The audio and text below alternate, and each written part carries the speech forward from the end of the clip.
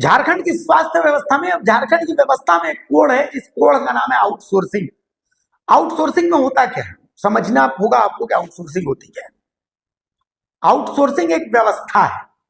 क्या होता है कि मान लिया जैसे एक अस्पताल है, अब इस अस्पताल में डॉक्टर के अलावा भी बहुत सारे काम होते हैं, जैसे ड्रेसर का काम होता है, जैसे एनेस्थीसिया देने वाले का काम होता है, कंपाउंडर का काम होता है, बहुत सारे काम होते हैं।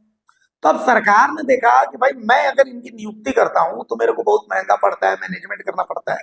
तो इन्होंने क्या किया कि इसको आउटसोर्सिंग पर दे दिया। आउटसोर्सिंग में मतलब इन्होंने किसी कंपनी को दे दिया कि लो भाई ये कंपनी तुम यहाँ पर संभालो, यहाँ पर कमी नहीं होनी चाहिए, अब तुम अपने हिसाब से देख लो कि तुम यहाँ पर लोगों को क्या करोगे, कैसे करोगे, क्या नहीं करना है।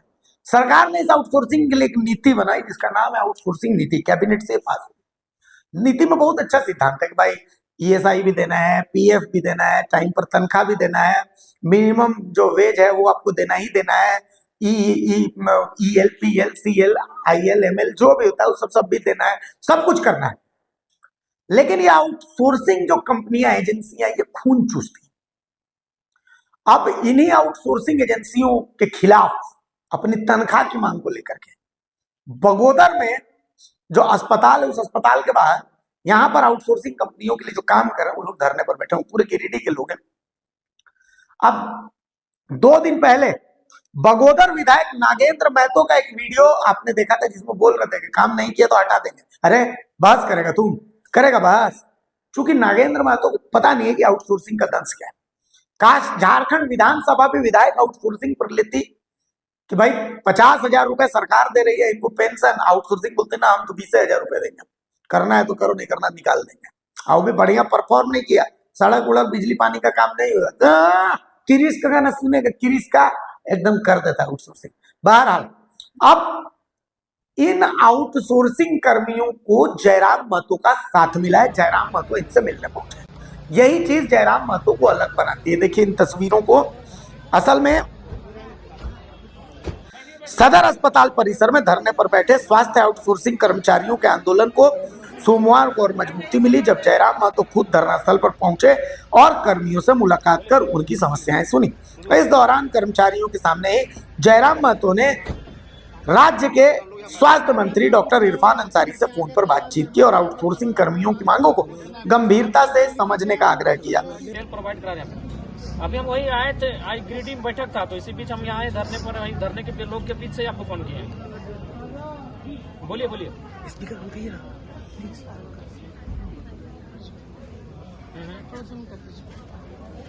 तो भी हक है, आगे अगर मान के चलिए सरकार से मतलब आप भी अपना बात को रखिएगा, थोड़ी आपको हटा दिया जाएगा। नहीं इसको आप इस पर विचार कीजिए,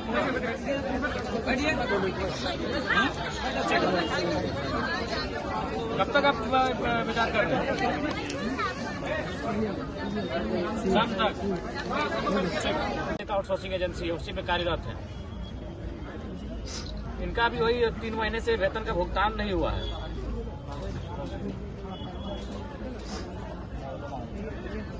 हाँ हाँ बोलिए ना।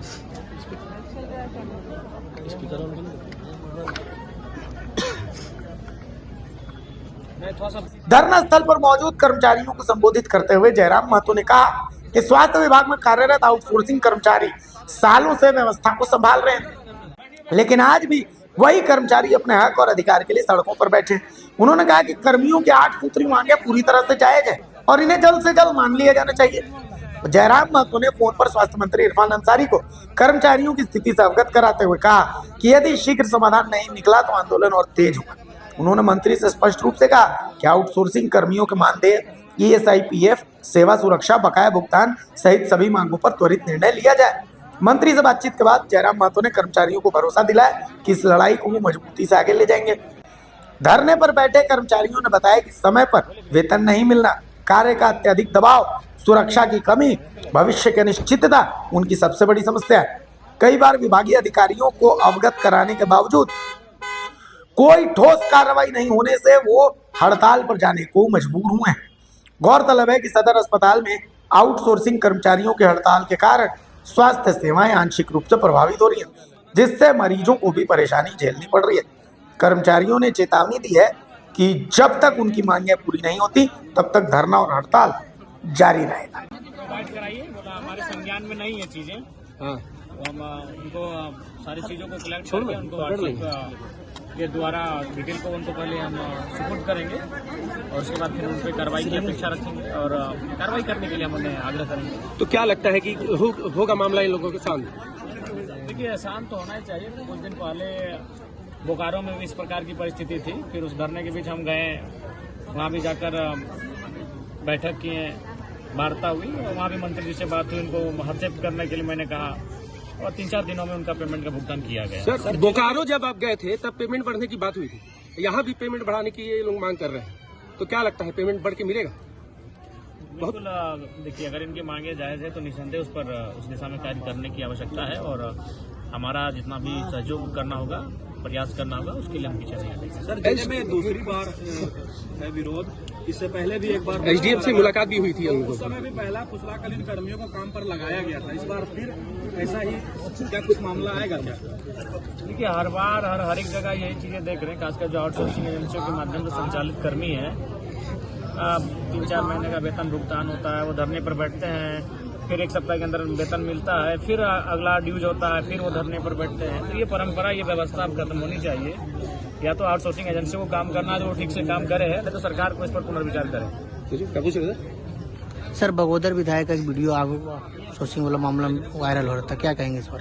हमने नहीं देखा है, अब वो तो आप जानते हैं, उस पर हम क्या कर सकते हैं। ठीक है, पीएफ और सब कुछ बढ़ के मिलना चाहिए, इस पर क्या कुछ कड़ी कार्रवाई होनी चाहिए इस मामले में? देखिए, सिंपल सा बात है, जब भी कोई वर्कर कार्य करते हैं, अपनी सेवाएं देते हैं और उन सेवाओं के क्रम में चाहे ये आपकी जो भी सुविधाएं होती हैं, वो सुविधाएं उनको मिलनी चाहिए, वो उनका जेन्युइन हक बनता है। इस पर किसी प्रकार की कटौती नहीं होनी चाहिए, ना ही कोई कोताही बरतनी चाहिए। इनके 8 मांगों को अगर पूरा नहीं किया गया तो जेल कैंप की आगे की रणनीति क्या होगी? देखिए, ये केवल जेल कैंप का विषय नहीं है, तो सभी का विषय, स्वास्थ्य कोई किसी राजनीतिक दल का विषय नहीं है। ये तो हम लोगों ने इनको समर्थन किया है।